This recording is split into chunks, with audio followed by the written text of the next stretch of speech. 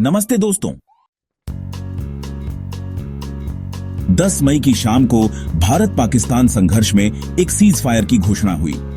विदेश सचिव विक्रम मिस्री ने बताया कि पाकिस्तान के डीजीएमओ यानी director general of military operations ने हमारे डीजीएमओ को 3:35 दोपहर में फोन किया। इस बातचीत में दोनों पक्षों ने सहमति जताई कि शाम 5 बजे से भारतीय समयानुसार जमीन, हवा, समुद्र और हर जगह से फायरिंग और सैन्य कार्रवाई बंद कर दी जाएगी, यानी एक सीजर फायर होगा। लेकिन इस बात का पता लोगों को अमेरिकी राष्ट्रपति डोनाल्ड ट्रंप के सोशल मीडिया पोस्ट से चला। ट्रंप ने बताया कि अमेरिका की मध्यस्थता में दोनों देश पूरी रात बातचीत करते रहे और अंत में पूरी तरह और तुरंत सीज फायर पर सहमति बनी। पर कुछ ही घंटों बाद पाकिस्तान ने इस सीज फायर का उल्लंघन करना शुरू कर दिया। अगर पाकिस्तानी हारते हैं तो फिर से हमला करते हैं। अभी तक जो रिपोर्ट्स आई हैं वे पूरी तरह साफ नहीं हैं, लेकिन एक बात तो साफ है, पाकिस्तान की सेना और सरकार पर भरोसा करना कठिन है। पाकिस्तानी राजनीति जो दशकों से अपने देश में आतंकवाद को समर्थन देती आई है, अचानक आतंकवाद खत्म करने की उम्मीद करना क्या यथार्थ होगा? एक उदाहरण देखें। पिछले वीडियो में मैंने बताया था कि पहलगाम आतंकी हमला पाकिस्तान के आतंकवादी संगठन टीआरएफ ने किया था, जो कि लश्कर-ए-तैयबा का एक छाया समूह है। इस हमले के जवाब में भारत ने ऑपरेशन सिंदूर चलाया और पाकिस्तान में 9 आतंकवादी ठिकानों को निशाना बनाया। प्रेस ब्रीफिंग में बताया गया कि ये निशाने विश्वसनीय खुफिया जानकारी के आधार पर चुने गए ताकि किसी भी नागरिक संरचना को नुकसान न पहुंचे और कोई नागरिक हताहत न हो। 9 आतंकवादी कैंपों को निशाना बनाया गया और सफलतापूर्वक तबाह किया गया। ये जगहें इस तरह चुनी गई थीं कि किसी भी नागरिक संरचना को नुकसान न पहुंचे और कोई नागरिक की जान न जाए। लेकिन पाकिस्तान की प्रतिक्रिया फिर साबित करती है कि उनकी सरकार और सेना आतंकवाद को समर्थन देती है। भारत के सटीक हमलों के जवाब में पाकिस्तान ने नियंत्रण रेखा के पास नागरिक गांवों को गोलाबारी से निशाना बनाया। पाकिस्तान एक आतंकवाद समर्थक राज्य है। क्यों कह रहा हूं? क्योंकि उन्होंने सारे अंतरराष्ट्रीय नियमों को नजरअंदाज करके जानबूझकर नागरिकों पर हमला किया। ऑपरेशन सिंदूर के बाद पाकिस्तान ने बिना किसी उकसावे के नियंत्रण रेखा पर फायरिंग शुरू कर दी। न केवल ये, बल्कि मर्टार और गोले चलाकर भारतीय नागरिक घरों को भी निशाना बनाया। पूंछ जो सीमा के पास स्थित है, वहां कम से कम 16 लोग मारे गए। कुल 59 लोग घायल हुए, जिनमें से 44 नागरिक थे। पूंछ के निवासी हरचरण सिंह ने बताया कि उनके दोस्त रिजवान अपने बच्चों के साथ थे जब उनकी कार पर एक गोला गिरा। दोनों बच्चे 14 और 12 साल के मारे गए। ये फोटो देखें जो द इंडिपेंडेंट ने प्रकाशित की। ये 12 साल के जुड़वां बच्चे जैन और झोया जब पूंछ पर बम गिरा तो वे अपने पिता का हाथ पकड़कर सुरक्षित जगह जा रहे थे। तभी सड़क पर दूसरा बम गिर गया। अफसोस, वे नहीं बच सके। उनके पिता रमीज खान घायल हो गए और अस्पताल में हैं। जो सेना जानबूझकर मासूम नागरिकों पर हमला करती है, बच्चों को मारती है, उसे आतंकवादी राज्य नहीं कहेंगे तो क्या कहेंगे? दोस्तों, यह वीडियो खास तौर पर पाकिस्तानी जनता के लिए बहुत महत्वपूर्ण है। इस चैनल के लगभग 6-7% दर्शक पाकिस्तान से हैं। इसलिए यह सच उनके सामने रखना जरूरी है, क्योंकि उनकी मीडिया, सरकार और सेना कभी ये सच नहीं बताएगी।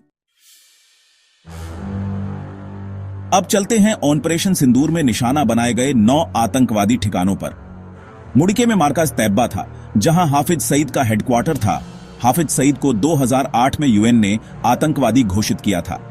अमेरिका ने 2012 में उस पर $10 मिलियन का इनाम रखा था। यह लश्कर-ए-तैयबा का मुख्यालय था।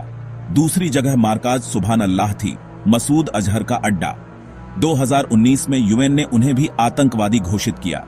यह जैश-ए-मोहम्मद का मुख्यालय था। तीसरी साइट सैयदना बिलाल कैंप मुजफ्फराबाद में था। लश्कर और जैश के प्रशिक्षु वहां ट्रेनिंग लेते थे, जो पाकिस्तान की स्पेशल फोर्सेस द्वारा दी जाती थी।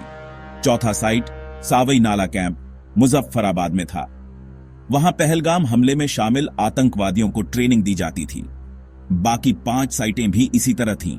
शुरुआती भर्ती केंद्र, मनोवैज्ञानिक इंडोक्ट्रिनेशन केंद्र और ट्रेनिंग कैंप। ये सभी जगहें आतंकवादी हमले के लिए तैयार करती थीं। आतंकवादी हमलों में न केवल भारतीय मारे जाते हैं बल्कि कई पाकिस्तानी भी मारे जाते हैं। क्या आप पेशावर स्कूल हत्याकांड भूल गए? 2014 का दिल दहला देने वाला हमला जिसमें 132 मासूम बच्चे मारे गए। पाकिस्तान के उस स्कूल त्रासदी का नया अपडेट। तालिबान के इस भयावह हमले में लगभग 140 मौतें, ज्यादातर बच्चे। यह हमला पाकिस्तान के आतंकी संगठन टीटीपी ने किया था। टीटीपी का मतलब है तहरीक-ए-तालिबान पाकिस्तान। अब आप सोच रहे होंगे कि इन खबरों का क्या संबंध है। कनेक्शन यह है कि अगर कोई जगह आतंकवादियों का अड्डा बन जाती है तो वहां के बच्चे भी सुरक्षित नहीं रहते। एक और खबर देखें। यह खबर द टाइम्स ऑफ इंडिया में कुछ दिन पहले छपी थी। टीटीपी ने पाकिस्तान सेना के 20 जवान मारे। बलूच विद्रोहियों ने 2 को मारा। कुछ दिन पहले बलूचिस्तान लिबरेशन आर्मी ने बलूचिस्तान के बोलान में एक आईडी हमला किया। इस हमले में 8 पाकिस्तानी सैनिक मारे गए और 6 गंभीर रूप से घायल हुए। पिछले हफ्ते भी बलूच लिबरेशन आर्मी ने एक और आईडी हमला किया जिसमें 10 पाकिस्तानी सैनिक मारे गए। आधिकारिक अनुमान के मुताबिक पिछले 20 सालों में टीटीपी ने 80,000 से ज्यादा पाकिस्तानियों को मार डाला है। एक कहावत है, जो बीज बोओगे वही फसल पाओगे। कुछ दिन पहले पाकिस्तान के रक्षा मंत्री ख्वाजा आसिफ ने स्काई न्यूज से बात करते हुए इस बात को स्वीकार किया। जब उनसे पूछा गया कि क्या वे यह मानेंगे कि पाकिस्तान ने दशकों तक इन आतंकवादी संगठनों का समर्थन, प्रशिक्षण और वित्त पोषण किया है, उन्होंने कहा, हमने यह गंदा काम 3 दशकों से अमेरिका, पश्चिमी देशों और ब्रिटेन के लिए किया है। उन्होंने माना कि यह एक गलती थी, इसलिए पाकिस्तान को बहुत नुकसान हुआ। मार्च 2019 में पाकिस्तान के पूर्व प्रधानमंत्री इमरान खान ने भी इस बात को माना था कि ये जिहादी संगठन अफगान युद्ध के समय से सक्रिय हैं। उन्होंने कहा था कि अब पाकिस्तान ने इन समूहों को बंद कर दिया है, लेकिन सच स्वीकार नहीं किया। ख्वाजा आसिफ भी इसी तरह पुराने वक्तव्य मानते हैं, पर वर्तमान स्थिति से इनकार करते हैं। जब स्काई न्यूज एंकर ने बताया कि टीआरएफ ने पहलगाम हमला स्वीकार किया, जो लश्कर-ए-तैयबा का हिस्सा है, तो उन्होंने कहा कि लश्कर अब पाकिस्तान में नहीं है, यह खत्म हो चुका है। कांग्रेस नेता शशि थरूर ने पाकिस्तान की इस नाकामी को बखूबी बताया। पाकिस्तान नकारने का मास्टर है। पहले 26/11 हमले में पाकिस्तान ने इनकार किया, लेकिन जब एक आतंकी पकड़ में आया तो उन्हें मानना पड़ा। ओसामा बिन लादेन को भी पाकिस्तान से इनकार किया गया, फिर वह उनके सेना बेस के पास पकड़ा गया। यह दोहरा मापदंड है। ऑपरेशन सिंदूर इसलिए हुआ क्योंकि पर्याप्त सबूत और खुफिया जानकारी थी। भारत क्या हासिल करना चाहता है पाकिस्तान से? भारत एक स्थिरता चाहता है। उसे पाकिस्तान की कोई संपत्ति नहीं चाहिए। वह अपनी अर्थव्यवस्था बढ़ाने, हाई टेक्नोलॉजी पर ध्यान देने और युवाओं का भविष्य बनाने में लगा है। वह चाहता है कि पाकिस्तान उसे अकेला छोड़ दे, और वह भी पाकिस्तान को अकेला छोड़ देगा। शशि थरूर ने कहा कि ये हमले सटीक और संयमित थे। कोई नागरिक जीवन नहीं गंवाया गया। रात में यह हमला किया गया ताकि कोई नागरिक आसपास न हो। आतंकवादी अड्डों की जानकारी भारत सरकार और अंतर्राष्ट्रीय खुफिया समुदाय के पास थी। FATF यानी फाइनेंशियल एक्शन टास्क फोर्स एक संस्था है जो आतंकवाद के लिए धन के प्रवाह पर नजर रखती है। भारत और अमेरिका ने FATF में कड़ी कार्रवाई के लिए दबाव बनाया। पाकिस्तान को काली सूची में रखा गया। अगर उसने आतंकवाद को खत्म नहीं किया तो आर्थिक प्रतिबंध लगेंगे, लेकिन पाकिस्तान ने इन प्रतिबंधों को झुठला दिया। दोस्तों, असली समस्या यह है कि पाकिस्तान की सेना और खुफिया एजेंसियां अपनी ही जनता के लिए खतरा बन चुकी हैं। यह सच उनके लिए कड़वा है, लेकिन यह सच है। अभी भी अगर पाकिस्तान आतंकवाद के खिलाफ ईमानदारी से काम करता है तो भारत भी साथ देगा।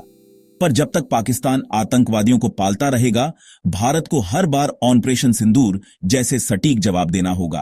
अगर आप इस वीडियो को पसंद करते हैं तो लाइक और शेयर करें और जियो कॉन्फ्लिक्ट क्रॉनिकल्स को सब्सक्राइब करें।